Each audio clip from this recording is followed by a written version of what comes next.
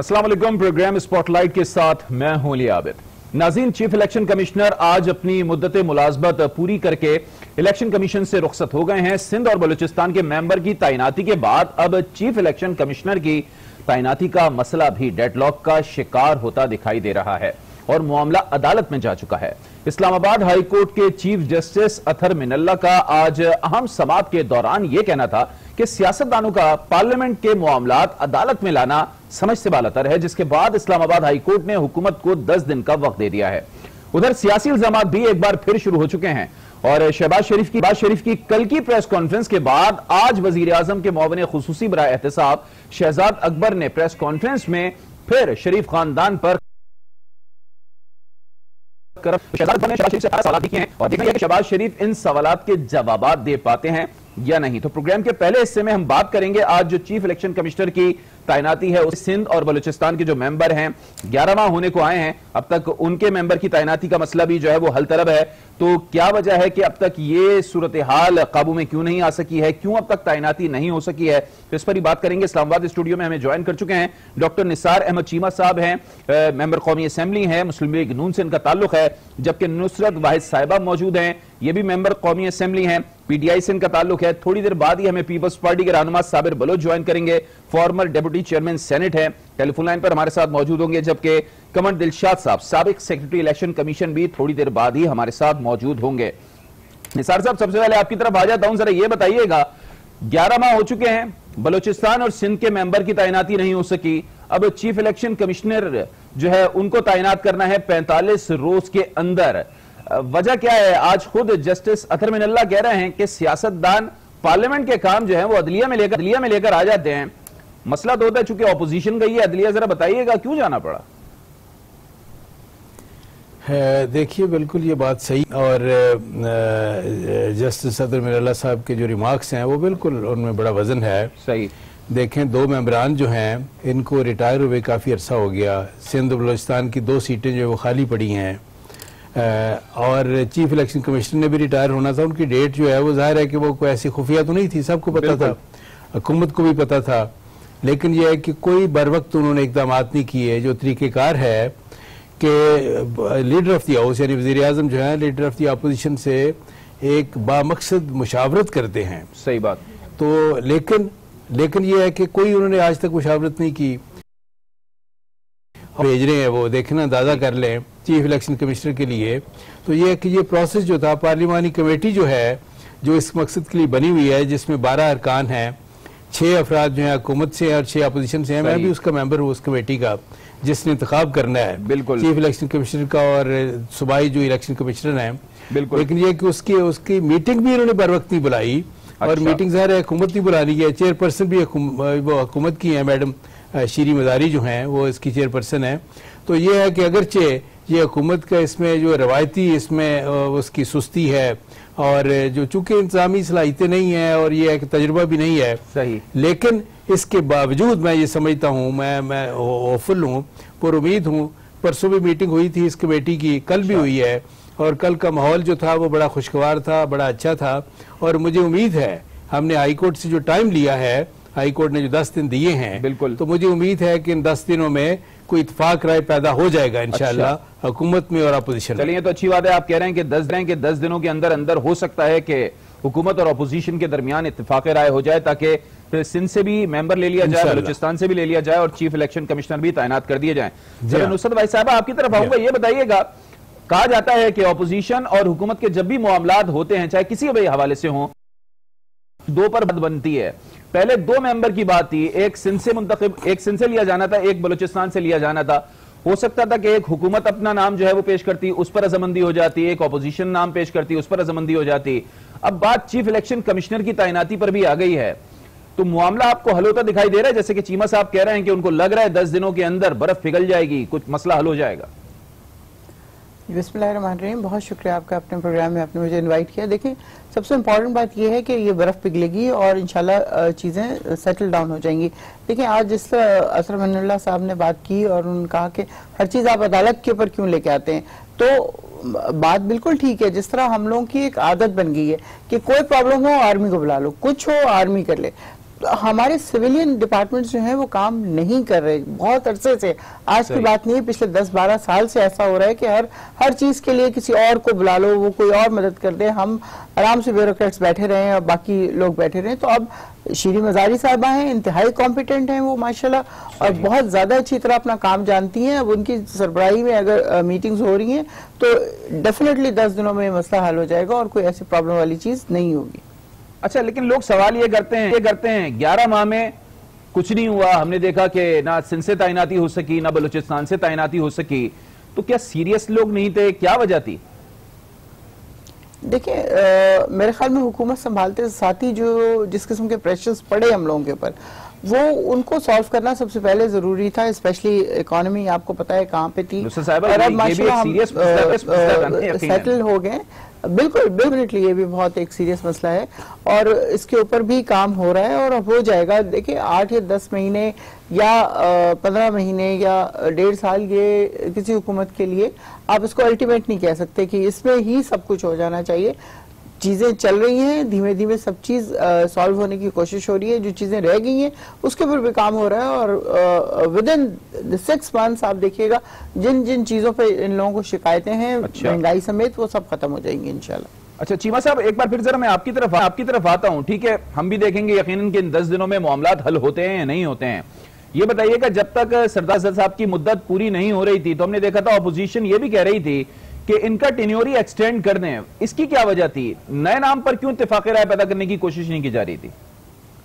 नहीं देखिए रियाज साहब, मैं एक तो खैर इस सवाल की तरफ आने से पहले आपने जिस तरह कहा कि कुछ लोग कुछ दो वाली बात कि वो जो है वो तकसीम एक सूबा एक पार्टी को दे दिया जाए, एक अपोजिशन को दे दिया जाए, एक हुकूमत को, ऐसी बात नहीं है। ये हमने वहाँ बाबर करवा दिया है हुकूमती अरकान को भी उस कमेटी में कि देखिए ये बंदर बांटनी होगी, हमने मेरिट पे फैसला करना है।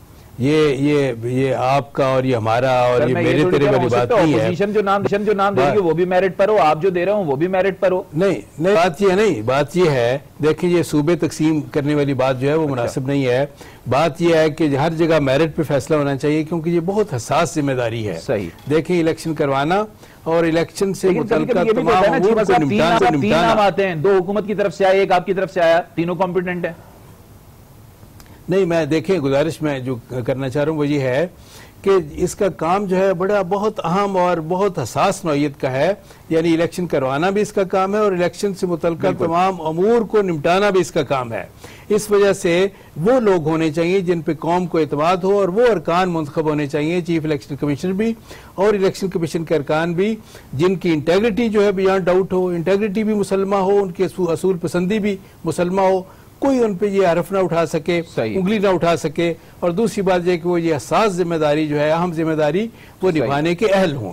और बिल्कुल ये है कि मेरिट पे फैसला होना चाहिए और मुझे उम्मीद है इंशाअल्लाह कि ये हुकूमत और अपोजिशन ये जो है इसमें इत्तेफाक राय पैदा करने में कामयाब हो जाएंगे। चलें, अच्छी बात है, उम्मीद जो है वो बहाली रखनी चाहिए। इस वक्त शाह साहब हमारे साथ मौजूद है, बहुत बहुत शुक्रिया। कुमर साहब जरा ये बताइएगा, एक बार फिर हम देख रहे हैं कि इलेक्शन कमीशन के चीफ की तैनाती का मामला है और मामला अब अदालत जा पहुंचा है। इस वक्त चीफ इलेक्शन कमिश्नर आज रिटायर हो चुके हैं। सिंध के मेंबर जो हैं वो तैनात नहीं हो सके हैं, बलूचिस्तान के मेंबर अब तक तैनात नहीं हो सके हैं, 11 माह से वो तैनाती नहीं हुई, यानी कि ये 2 तैनाती नहीं हुई है। अब चीफ इलेक्शन कमिश्नर की भी तैनाती होनी है। अब ऐसे में इलेक्शन कमीशन कैसे काम करेगा? देखिए असूली तौर पर तो ये पाकिस्तान की तारीख में पहली मरतबा इलेक्शन कमीशन और पाकिस्तान गैर फाल हो गया, जिसकी वजह जो है वो दोनों सियासी जमातों पर जिम्मेदारी ऐड होगी।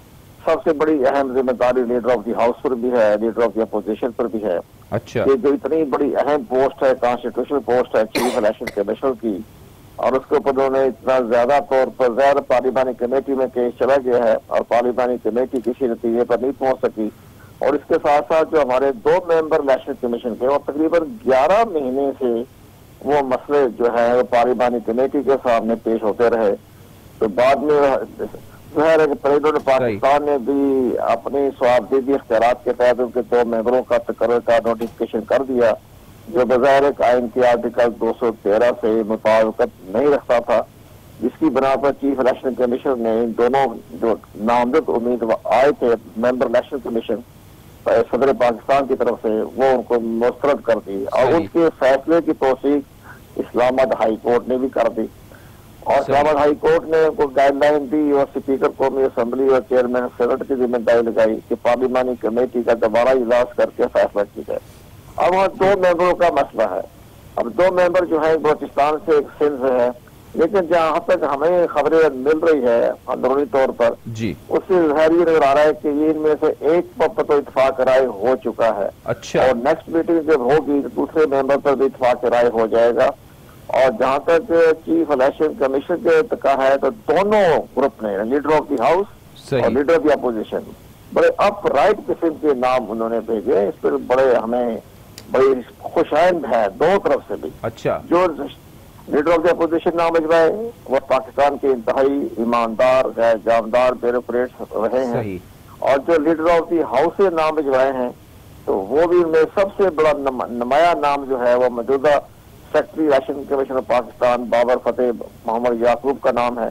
वो भी अपराइट किस्म के ब्यूरोक्रेट है, 4 साल से पाकिस्तान इलेक्शन कमीशन में सेक्रेटरी हैं, अब भी सेक्रेटरी हैं और जिन्होंने इंतखाबात भी करवाए हैं, 2018 के इंतखाबात, सेनेट के इलेक्शन, सादा के इलेक्शन, तमाम मामला को जानते हैं बारीकियों के साथ। लोकल गवर्नमेंट के इलेक्शन भी करवाए हैं, डिलिमिटेशन भी करवाई है, इलेक्टोरल रोल का जो ऑपरेशन है वो भी मुकम्मल करवाया है, तो वो भी उनका बहुत बड़ा रिच तो कुमार साहब, जैसे अब आप जो पॉजिटिव डेवलपमेंट्स बता रहे हैं, ये जो हो रही हैं, ये जो सिंध और बलूचिस्तान के मेंबर की तैनाती का मामला पिछले 11 माह से जेर इल्तिवा है, तो ये पॉजिटिव डेवलपमेंट्स आप क्या समझते हैं? आपकी क्या अमूमी राय है? उस वक्त क्यों नहीं हुई, पहले क्यों नहीं हुई? ये 2 मेंबर तो तैनात हो जाने चाहिए थे, 45 दिन में तैनात होने होते हैं, तकरीबन 11 माह होने वाले हैं।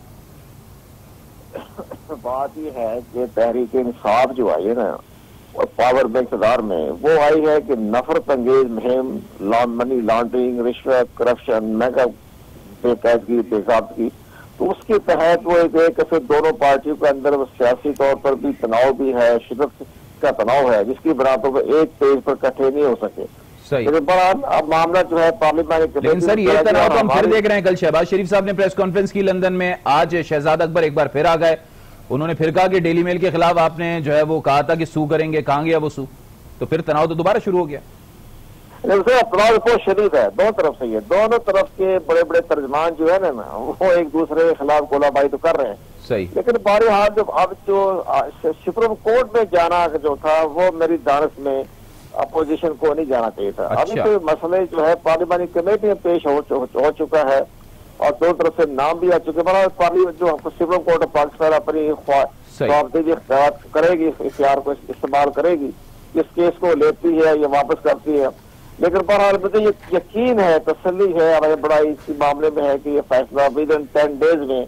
चलिए ये अच्छी बात है कि आपको भी इस बात का यकीन है कि विद इन 10 डेज जो है मामला हल हो जाएगा। साबिर बलोच साहब, पीपल्स पार्टी के रहनुमा, फॉर्मर डेप्यूटी चेयरमैन सेनेट, हमारे साथ मौजूद हैं। साबिर साहब, आप क्या कहेंगे? जैसे कि इस वक्त कुमार दिलशाद साहब कह रहे हैं कि ऑपोजिशन का यह फैसला गलत था कि वो इस्लामाबाद हाई कोर्ट में चीफ इलेक्शन कमिश्नर की तैनाती का मामला लेकर गए, और आज खुद जस्टिस अतर मिनल्ला ने ये रिमार्क्स दिए हैं कि सियासतदान पार्लियामेंट के मामला जो हैं वो अदलिया पर क्यों थोपते हैं, आप खुद हल करें सियासतदान मामला।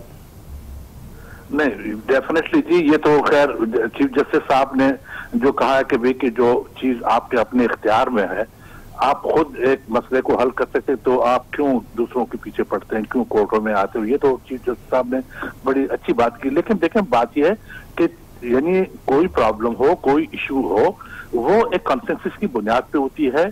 आमतौर पे गवर्नमेंट की बड़ी कंसिडरेशंस होती हैं अपोजिशन के लिए। सही। अच्छा, यहाँ पर प्रॉब्लम यह है कि अपोजिशन की बात तो बिल्कुल मानी नहीं जाती, और यानी एक इस किस्म का एटीट्यूड, यानी इनका, अब आप खुद देख लें, इनके जो वज़रा हैं, प्राइम मिनिस्टर साहब खुद हैं, उनका लबो लहजा, उनका एटीट्यूड, उन लोगों की एक जो जिद्दीपन और उनका जो यानी आइन कानून से मावरा जो है ना, वो चीजें, बातें, तो ये सब चीजें जाहिर है कि यानी अब एज पर peoples party is concern, peoples party की लीडरशिप ये सबसे बड़ी जमात है पाकिस्तान की, है सबसे बड़ी सेंसिबल लीडरशिप है। हमारे चेयरमैन साहब बिलावल भुट्टो साहब हाईली एजुकेटेड और एक जिम्मेदार शख्स है।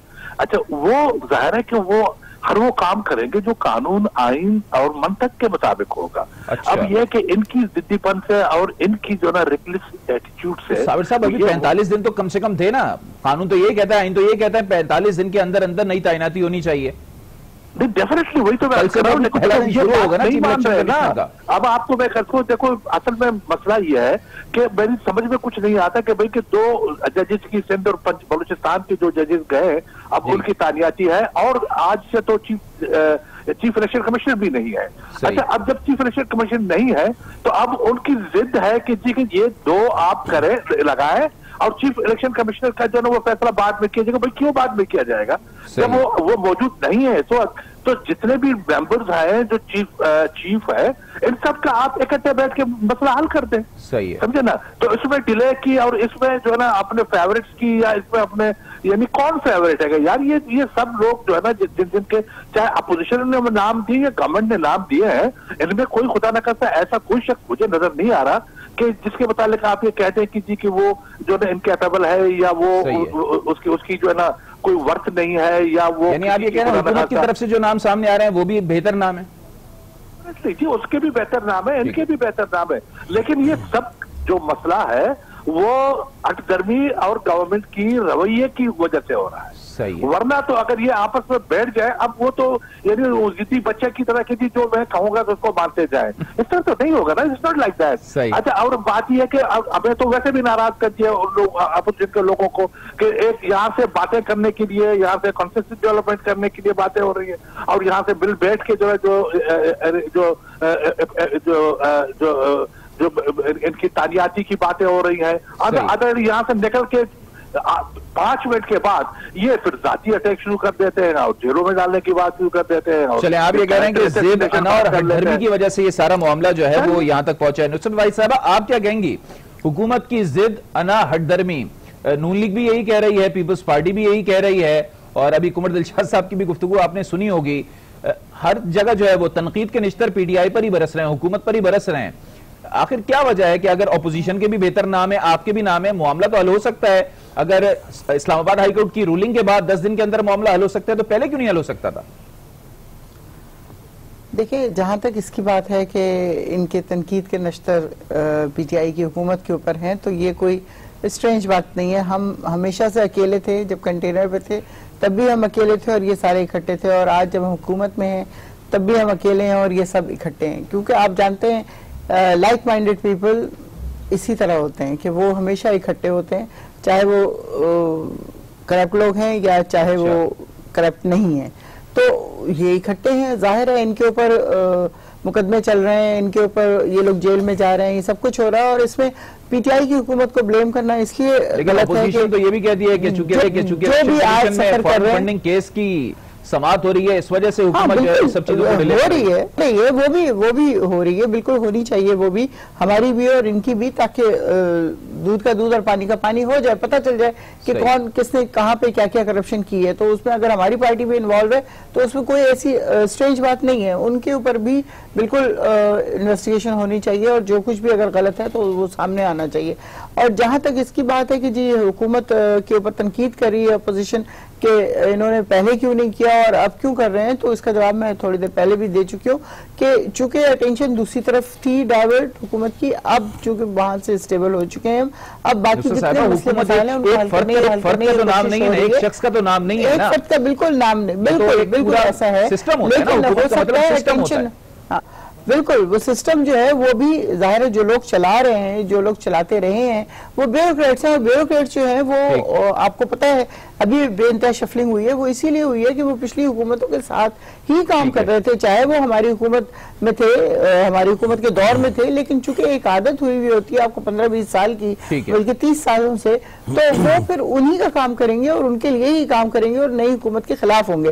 तो अब जब रिशफलिंग हो गई है, बहुत ज्यादा लोग अब लेके आए गए हैं इस तरह के, जो शायद हमारी हुकूमत के साथ सिंसियरली एक ब्रेक का कहा जा रहा है, और ब्रेक से वापस आएंगे तो अब हम बात करेंगे। शहजाद अकबर साहब ने आज प्रेस कॉन्फ्रेंस की है, 18 सवालात उन्होंने, और नून लीग से वो सवालात किए हैं, खासतौर पर शहबाज शरीफ साहब से ये सवालात किए हैं, तो इस पर ही बात करेंगे डिटेल में कि आया फिर हम देखेंगे इल्जामात दर इल्जामात, प्रेस कॉन्फ्रेंस दर प्रेस कॉन्फ्रेंस, क्या यही सिलसिला अब जारी रहेगा? कुमर दिलशाद साहब हमारे साथ इसी सेगमेंट में मौजूद थे, उनका बहुत शुक्रिया। लेकिन बकिया तीनों गेस्ट जो हैं वो हमारे साथ नेक्स्ट सेगमेंट में भी मौजूद होंगे। एक ब्रेक के बाद वापस आएंगे तो गुफ्तगू का सिलसिला दोबारा शुरू करेंगे। Welcome back after the break. और जैसे कि ब्रेक पर जाने से पहले हमने कहा था कि आज जो शहजाद अकबर साहब ने एक प्रेस कॉन्फ्रेंस की है, 18 सवालात किए हैं अपोजिशन से, इस पर ही हम बात करेंगे। तो चीमा साहब, सबसे पहले आपकी तरफ आ जाता हूं। एक बार फिर हमने देखा कि आज शहजाद अकबर साहब जो है वो प्रेस कॉन्फ्रेंस करने बैठे। एक बार फिर मनी लॉन्ड्रिंग का तस्करा हुआ, एक बार फिर किकबैक्स का तस्करा हुआ, कमीशन का तस्करा हुआ, करप्शन का तस्करा हुआ। हो क्या रहा है, एक बार फिर जो है वो आप लोगों पर तनकीद की जा रही है और यह भी कहा जा रहा है कि शहबाज शरीफ ने यह तो कह दिया था कि वो बरतानवी अखबार के खिलाफ जो है वो सू करेंगे, डेली मेल के खिलाफ। लेकिन सवाल शहजाद अकबर यही कर रहे हैं कि कहां गया वो सू, अभी तक तो नहीं किया। अली अवध साहब, ये बड़ी अहम बात आपने की, लेकिन उसकी तरफ आने से पहले आपकी इजाज़त से आपकी नाजरीन की दिलचस्पी का बायस होगी ये बात, और ये मैं समझता हूँ कि ये उनकी मालूमात में इजाफा होगा। ये अगरचे ये सेगमेंट दूसरा शुरू हो गया, लेकिन यह कि वो मामला बड़ा चूँकि असास है और इम्पॉर्टेंट है, इसलिए मैं आपकी दिलचस्पी के लिए और आपके नाजरीन की दिलचस्पी के लिए ये ज़रूर कहना चाहूँगा कि ये जो 2 अरकान थे इलेक्शन कमीशन के, आप ये सुन के हैरान होंगे कि ये प्राइम मिनिस्टर साहब ने शुरू में जो नाम दिए कई महीने पहले, हमने सिंध के लिए जो नाम दिए उनमें से एक नाम पे इत्तेफाक कर लिया। अच्छा, हमने यानी अपोजिशन ने कहा कि हमें कबूल है, जब हमने इत्तेफाक किया तो उन्होंने वो नाम विड्रॉ कर लिया। अंदाजा कर ले, ये यू टर्न लिया। अच्छा। फिर मैं कहता हूं कि अगर हुकूमत इस मामले में सुस्ती और गैर जिम्मेदारी का मुजाहरा ना करती और ये यू टर्न ना लेती, रवायती यू टर्न, तो यह है कि ये फैसला कई महीने पहले हो चुका होता। खैर, यह है कि अभी जो आपने बात की है इल्जामात की, बिल्कुल देखें, अभी हमारी बहन नुसरत बाद साहब फरमा रही थी, कंटेनर का जिक्र कर रही थी। ये मैं गुजारिश करूंगा कि अपने वज़ीर आज़म साहब से कहें कि बराह करम आप तो कंटेनर से नीचे उतर आए। वो तो दौर था बेबुनियाद इल्जामात लगाने का, गालम गलोच का, तो मेहरबानी करके अब आप हुकूमत में हैं, देखें बेबुनियाद इल्जामात वो और उनके मुशीर, उनके वज़ीर जिस तरह लगा रहे हैं, कोई खुदा खौफी नहीं है, कोई ज़मीर की सरजनश नाम की कोई चीज़ नहीं है, कोई खलश नहीं है ज़मीर की। देखें, बात यह है कि ये तो गोएबल्स के फलसफे के पैरोकार हैं कि इतना झूठ बोलो, इतना झूठ बोलो कि सच लगने लगे। आज तक कोई एक इल्जाम साबित नहीं कर सके रियाज साहब। देखें, आज तक एक इल्जाम किसी कोर्ट ऑफ लॉ में कौन सी करप्शन साबित हुई है। और देखिए सवाल तो शहजाद अकबर ये भी तो करें, ये इल्जाम लगा रहे हैं, इल्जाम साबित नहीं है, खुद ही बनाते हैं, दावा कर रहे हैं और देखें कर रहे हैं। बात सुने, ये और नैब जो है, इनका जो अलायंस है, अनहोली अलायंस जो है, वो तो पूरी कौम के सामने है। देखें, मेरी गुजारिश ये है कि ये मियां शहबाज शरीफ के मामले में आपको याद दिलाता चलूं कि जब हाई कोर्ट ने उनको जमानत पे रिहा किया तो 2 बातें बड़ी अहम हाई कोर्ट ने की। पहली बात ये थी कि मियां शहबाज शरीफ ने कि कोई बदनुमानी साबित नहीं हुई, इख्तियारात से कोई नाजायज फायदा, कोई तजावुज साबित नहीं हुआ। और दूसरी बात जो थी, हाई कोर्ट ने ये कहा, मैं नहीं कह रहा, हाई कोर्ट ने ये कहा कि नैब की जो पिक एंड चूज पॉलिसी है उससे उसकी बदनीति का इजहार होता है। ये है सूरत, अंदाजा कर ले। अब इनके इल्जामात की क्या हैसियत है, ये जो किसी कोर्ट ऑफ लॉ में साबित करें जरा, आज तक तो कोई साबित नहीं कर सके। लेकिन मसला ये हमारे मुल्क में कि ये जो भी झूठा इल्जाम लगाता है वो उसकी कोई अकाउंटेबिलिटी नहीं है। होना तो ये चाहिए कि जो इल्जाम लगाए वो साबित करे, लेकिन यह है कि जहां बेबुनियाद इल्जाम लगा के किरदार कुशी करके जिसकी चाहे पगड़ी उछालते रहे, कोई पूछने वाला नहीं है। बदकिस्मती है इस मुल्क की कि यहाँ अकाउंटेबिलिटी नहीं है और बेबुनियाद इल्जाम लगाने वाले जो है ददराते फिरते हैं। चलें ठीक है, आपके सवाल जो है बिल्कुल वाज़ेह। अभी जरा मैं साबिर साहब से सवाल कर लेता हूं। साबिर साहब, आज शहजाद अकबर साहब ने जरा थोड़ी बहुत आप लोगों पर भी तनकीद किया और कहा कि दुबई की 4 कंपनियां आसिफ जरदारी और ओमनी के लिए भी मनी लॉन्ड्रिंग करती रही हैं।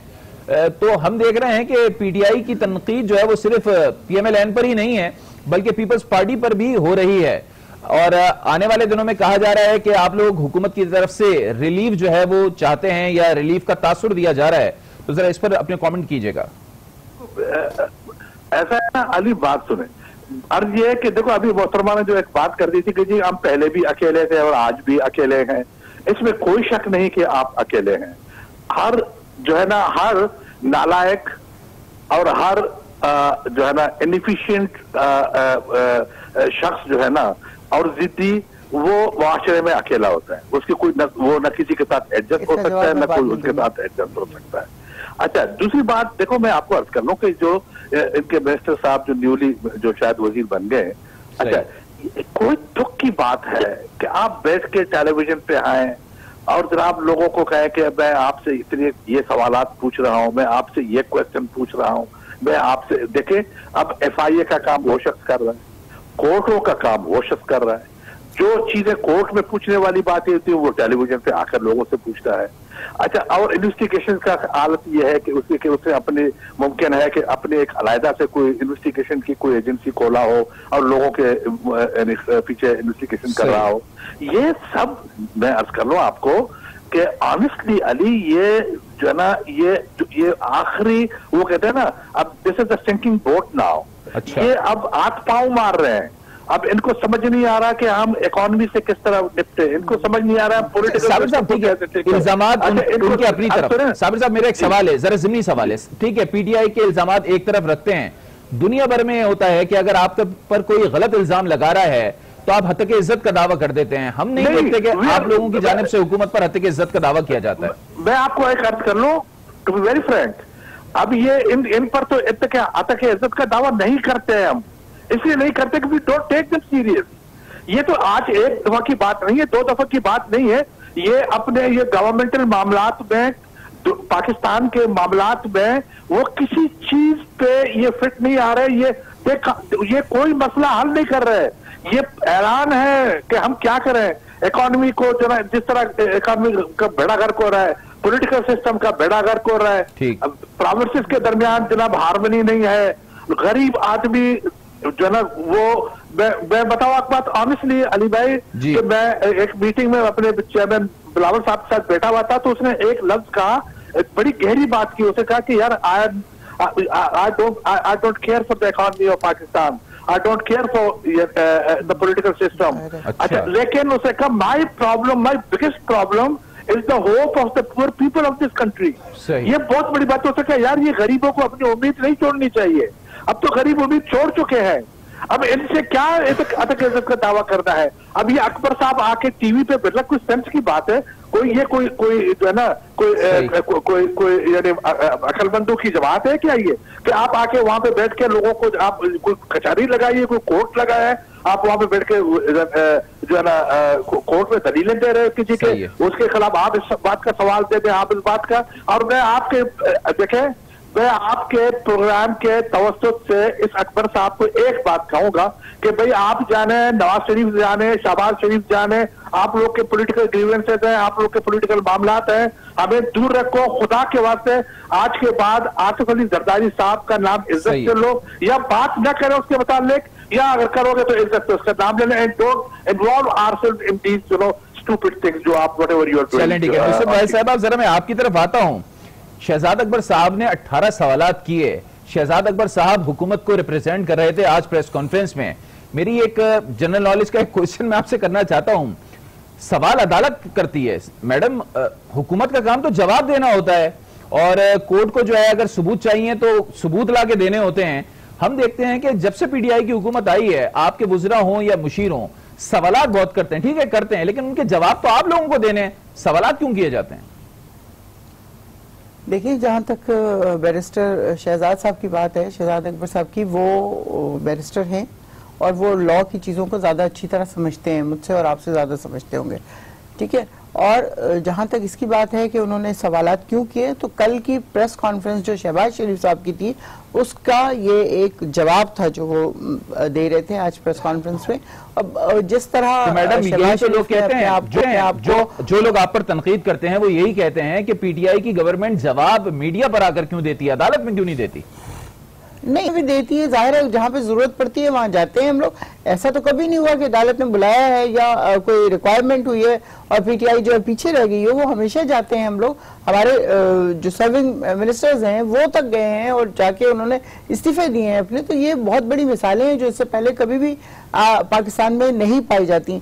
और जहाँ तक मेरे भाई की पहली बात है कि उन्होंने कहा कि जी मैंने ये कहा था कि अकेले थे, तो अकेले क्यों थे वो? इसलिए कि वो करप्शन के खिलाफ लड़ रहे थे, एक माफिया के खिलाफ लड़ रहे थे। और आज भी यही सिचुएशन है कि प्राइम मिनिस्टर साहब पूरे माफिया के खिलाफ लड़ रहे हैं। आप ये कहते हैं कि जी प्रूफ नहीं मिले, कोई सबूत नहीं हुए, तो कुछ नहीं हुआ जी, उसका नाम बताना इल्जामात लगाए। किसका नाम? वो जो माफिया का जिक्र वजीर आजम साहब भी करते हैं, दीगर वज़रा भी करते हैं, आप भी कर रही हैं, वो देखिए माफिया है। आपको पता है कि चीफ जस्टिस सिसिलियन माफिया का है। अब मुझे और आपको नाम लेने की क्या उसको हुकूमत में देना, दुनिया जानती है। ऑपोजिशन में, बल्कि जेलों में थे। इससे तो फर्क नहीं पड़ रहा, इससे नहीं फर्क पड़ रहा है। जो माफिया होता है वो होता है, वो चाहे जेल के अंदर। आप ये कह रही हैं कि आपकी हुकूमत में सिसिलियन माफिया जेल में रह के ऑपरेट कर रही थी पिछले 7 सालों से? बिल्कुल, वो तो करना ही है। फिर आपके वजीर जेल क्या कर रहे थे मैडम? वजीर दाखिला क्या कर रहे थे? नहीं वजीर नहीं, इससे नहीं फर्क पड़ता। दाखिला और वो जाके लम्हे की खबर नहीं ले रहे होते, लम्हे की बात नहीं कर रहे होते। वो जो है वो क्राइम हो रहे होते हैं, उसका वजीर से कोई ताल्लुक नहीं। आप ये कह रही हैं नहीं होता है, लेकिन ये चीजें अंडर हैंड हो रही होती हैं। तो मैडम पहले इस चीज को क्लियर करें, क्या करें कि अगर आप ये कह रही हैं कि माफिया वही माफिया है जो सिसिलियन माफिया है, तो पिछले 1.25 साल से तो वो जेलों में है ना, तो वो किस तरीके से ऑपरेट कर रहे हैं? हुकूमत आपकी तो इससे क्या है, इससे क्या फर्क नहीं? आप इसलिए पूछना चाह रहे हैं जब वजीर आजम साहब गुजरा, आप लोग बताते हैं कि माफिया ऑपरेट कर रही है, अवाम को उस तरीके से एंटरटेन हुकूमत इसलिए नहीं कर पा रही है कि वजीर आजम या हुकूमत माफिया से लड़ रही है, तो फिर वो माफिया कौन है? अगर वो माफिया सिसिलियन माफिया है तो वो तो हुकूमत में नहीं है, माफिया यही है। बिल्कुल हम लोग हैं, लेकिन इससे फर्क नहीं पड़ता। जो माफिया होती है वो सिर्फ हुकूमत में रहते हुए माफिया नहीं होती, हुकूमत के बाहर भी होती है, जेल के अंदर भी होती है। हुकूमत नाकाम है उस सिसिलियन माफिया को कंट्रोल करने में? नहीं, नाकाम नहीं है। वो यही बात हम कर रहे हैं कि हम डील कर रहे हैं उनके साथ। किस तरह डील कर रहे हैं कि डील ये नहीं, वो दूसरी वाली डील नहीं है, वी आर हैंडलिंग देम। तो जी ये दूसरी वाली डील नहीं है, आप गलत ना समझ लीजिएगा। चलिए मैं अच्छी वाली डील समझ लेता हूं। और इसी के उस पे हम इस नतीजे में पहुंचे कि इनके जो ताने बाने हैं वो सिर्फ यहाँ से नहीं होते, बल्कि बाहर से भी वो चीजें मिल रही होती हैं आपस में। जिस तरह आपको पता है कि एक साहब जिनकी तकरीरें अब नहीं आती, वो साउथ अफ्रीका से उनके सारे लिंक्स मिल रहे होते थे। तो ये लोग जो है, ये सब कोई एक नहीं है, ये बहुत सारी ब्रांचेस हैं जो आपस में मिली हुई हैं। और इस पाकिस्तान को तबाह करना चाहते हैं। पीटीआई की हुकूमत आनी जानी चीज है। यहाँ पे एक सिंसियर लीडर मुझे क्लियर कर दीजिएगा, उस माफिया में सिर्फ नून लीग वाले ही हैं या पूरी ऑपोजिशन है? मैंने तो अभी आपको एक और भी नाम लिया है और सबकी सब इसमें शामिल है। इसमें आप किसी एक को नहीं कह सकते। चले जरा चीमा साहब की तरफ चलते हैं। चीमा साहब, आप लोग माफिया के तौर पर काम कर रहे हैं, पिछले 1.25 सालों से जेल से बैठ के भी ऑपरेट कर रहे हैं। बहुत साहबा के क्यों नहीं काम करने दे रहे आप हुकूमत को? देखिए अली साहब, हमारी बहन नुसरत वाहिद साहब फरमा रही थी कि हम हैंडल कर रहे हैं उनको। असल में हैंडल क्या करना है, तो हर शोबे को उन्होंने मिस हैंडल किया है, हर शोबे को, मईशत समेत हर इदारे को, हर शोबे को उन्होंने मिस हैंडल करके उसको बिल्कुल तबाही के दहाने पर पहुंचा दिया है। और पूरी कौम इनकी बाद इंतजामी और नायली की सजा भुगत रही है। देखिए बात यह है, मैं एक जरूर तस्दीक करना चाहूंगा कि मैं अपने भाई साहब बलोच साहब से मुअद्दबाना इख्तलाफ करते हुए ये कहूंगा कि ये लोग अकेले नहीं है, ये अकेले नहीं है, इनके साथ वो तमाम अनासर शामिल हो गए हैं जिनके ऊपर ये खुद बड़े बड़े इल्जाम लगाते थे। देखें काफ लीग की क़यादत के बारे में ये क्या कहते थे, आज इनके साथ हैं। आपको पता है एमक्यूएम के बारे में क्या फरमाते थे, आप इनके साथ हैं। आपको पता है मौजूदा वज़ीर रेलवे के बारे में क्या इरशादात थे इमरान खान साहब के, आज उनके साथ हैं। आपको पता है कि आज़ाद मुंतखब होने वाले अरकान के बारे में उनके क्या इरशादात थे, आज वो सारे इनके साथ हैं। सो तमाम वो लोग जो हैं वो जो है, जो आप इंसाफ वॉशिंग पाउडर से धुल के वो सारे इनकी लॉन्ड्री में धुला के तो बिल्कुल पाक साफ हो गए और इनके साथ शामिल है। ये अकेले नहीं है, ये तो वो सारे लोग हैं जिनके बारे में मैं कहता हूं कि कई लोग, अक्सरियत इनकी कैबिनेट में वो लोग हैं जिनके ऊपर वो शेर फिट आता है कि नाम थे दर्ज जिनके थानों में आज शामिल हैं हुक्मरानों में। देखिए बात यह है कि इनका जो आपने फरमाया था कि आप हद की इज्जत के दावे क्यों नहीं करते, ये देखें ये वो लोग हैं, ये गैर संजीदा भी हैं और इनकुरिजिबल किस्म के लायर हैं। ये जो है, ये बिल्कुल ये जो है नाकाबिल इस्लाह द्रोह हैं। उनकी किस किस बात पे हम ये इज्जत के दावे करें? हर बात, हर रोज उन्हें गलत बयानी करनी है, हर रोज गलत बयानी करनी है, हर रोज गलत इल्जामात लगाने, हर रोज किसी न किसी की पगड़ी उछालनी है, हर रोज किसी की किरदारकशी करनी है। किस बात पे हम इनकी अकाउंटेबिलिटी करें? जी, ये फिर सिलसिला जाकर रुकेगा कहां? ये देखें रुकेगा ये कि जो अल्लाह ताला इनसे निजात दिलाए कौम को ये मैं तो कई बार गुजारिश करता हूँ कि कौम की जुबान पर दो दुआएं हैं कि पहली दुआ ये कि या अल्लाह कश्मीर को आज़ाद कर और दूसरी दुआ ये कि या अल्लाह इस नाइल और जालिम हुकूमत से निजात दिला। तो ये इंशाअल्लाह ये दुआएं कबूल होंगी कौम की। अच्छा। जी कौम का इन्होंने जीना दोबर कर दिया है, 1.25 साल में कौम का इन्होंने जीना मुश्किल कर दिया है। आपको पता है कि एक मिडिल क्लास आदमी जो है उसके लिए भी घर का खर्चा चलाना मुमकिन नहीं रहा। महंगाई के बम जो है इस तसलसल के साथ इन्होंने गिराए हैं। इस बात का तो इकरार पीटीआई की हुकूमत करती है ना, लेकिन वो कहती है क्योंकि आप लोगों ने इतना बड़ा फिजिकल डेफिसिट छोड़ा था तो वो करें क्या? ये देखें ये कि 5 साल तक कीमतें किस तरह स्टेबल रही, आपको पता है। गैस हो, बिजली हो, पेट्रोल हो, किस तरह ये डॉलर स्टेबल रहा। ये आर्टिफिशियल अगर होता तो 2-4 हफ्ते 2-4 महीने क्या 5 साल तक आर्टिफिशियल ये भी करके दिखाते। साबिर बलोच साहब, आप लास्ट कमेंट कर दीजिएगा। अब हम देख रहे हैं कि इल्जामात एक बार फिर शुरू हो चुके हैं। पहले बीच में हम देख रहे थे कि कुछ इल्जामात की शिद्दत में कमी आ गई थी। आने वाले दिनों में कुछ सूरत हाल आपको बेहतर दिखाई देती है या मजीद बढ़ेगी, क्या कहते हैं आप? नहीं, बिल्कुल नहीं। इस हुकूमत के साथ तो सवाल ही पैदा नहीं होता कि आपको जो है ना कोई बेहतरी। ये अब लोगों ने, पाकिस्तान के अवाम ने अब ये कि जी के करप्शन को जो इशू इन लोगों ने बनाया था, अब लोगों ने उनकी बातें सुनना छोड़ दी हैं। वो इसलिए कि 1.5 साल का अरसा हो चुका है उनको, इनकी तरफ से किसी किस्म की, अब आप मुझे बताएं, इन्होंने कोई मेडिकल जरदारी साहब को कोर्टों से, देखो मेरी बात सुनो जरदारी साहब, आप यकीन कर ले कि उसकी तबीयत इतनी, अल्लाह ताला उसको सेहत बख्शे। हम तो दुआ करते हैं अल्लाह ताला उनको सेहत दे, लेकिन चूंकि पहले उन्होंने बेल की दरखास्त, लेकिन सर वो कहा था कि वो एक इज्जतदार आदमी है, वो एक गैरतमंद आदमी है, वो एक जो ना बड़ा इंसान है। अब वो तो ये कहता है कि इनके सामने में क्या जाके इनसे कोई रिलीफ मांगो, लेकिन बच्चे हैं, पार्टी के लोग हैं, हम सब उसके खैरख्वाह और उसके कारकुन, उसके जो है ना हमदर्द। बहुत बहुत शुक्रिया। तो तमाम हो जाता है। साबिर बलोच साहब फॉर्मर डेप्यूटी चेयरमैन सेनेट हमारे साथ मौजूद थे, उनका बहुत शुक्रिया। पीपल्स पार्टी के रहनुमा हैं नुसरत वाहिद साहिबा, MNA PTI इस्लामाबाद स्टूडियो में हमारे साथ मौजूद थी, उनका भी बहुत शुक्रिया। और डॉक्टर निसार अहमद चीमा, मेंबर कौमी असेंबली है, मुस्लिम लीग नून से इनका ताल्लुक है, ये भी हमारे साथ मौजूद थे, प्रोग्राम में शरीक थे, इनका भी बहुत शुक्रिया। नाज़रीन मुझे दीजिए इजाजत, अल्लाह हाफ़िज़।